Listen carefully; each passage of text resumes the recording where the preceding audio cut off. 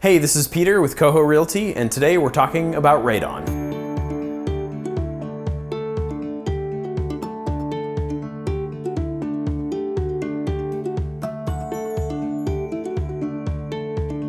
Radon is a naturally occurring radioactive gas that comes up from the soil and has a tendency to get concentrated and trapped in our homes.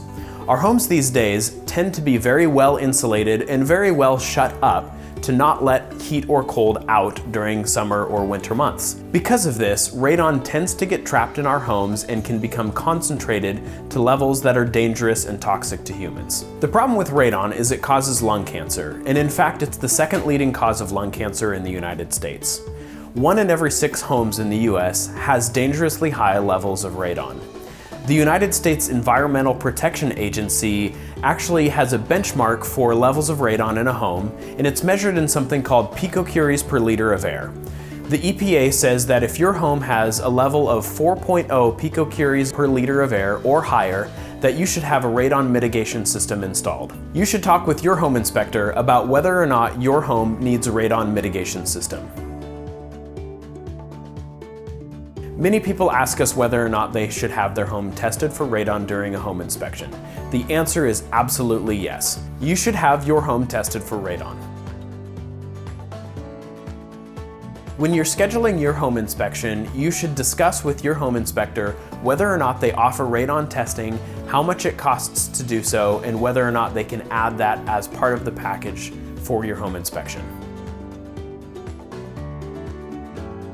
There are 2 types of radon tests that we want to make you aware of: short-term tests and long-term tests. A home inspector can only practically do a short-term test during a home inspection. A short-term test goes for 48 to 72 hours and tests the air in regular intervals to get an average radon reading during the time that it's testing.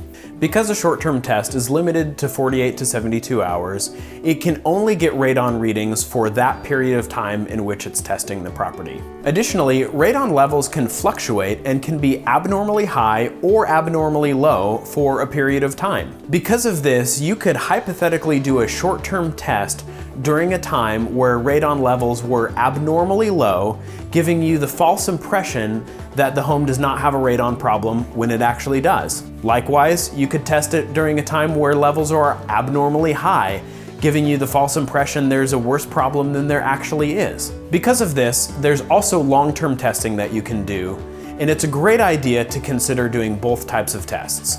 A long-term test goes for a minimum of 91 days up to a maximum of 365 days. And you can buy a long-term radon test kit from radon.com for around $30. Whether you do a short-term or a long-term test, the EPA actually recommends you retest the home every 2 years, even if you don't have a problem. For more information about radon or testing, go to radon.com.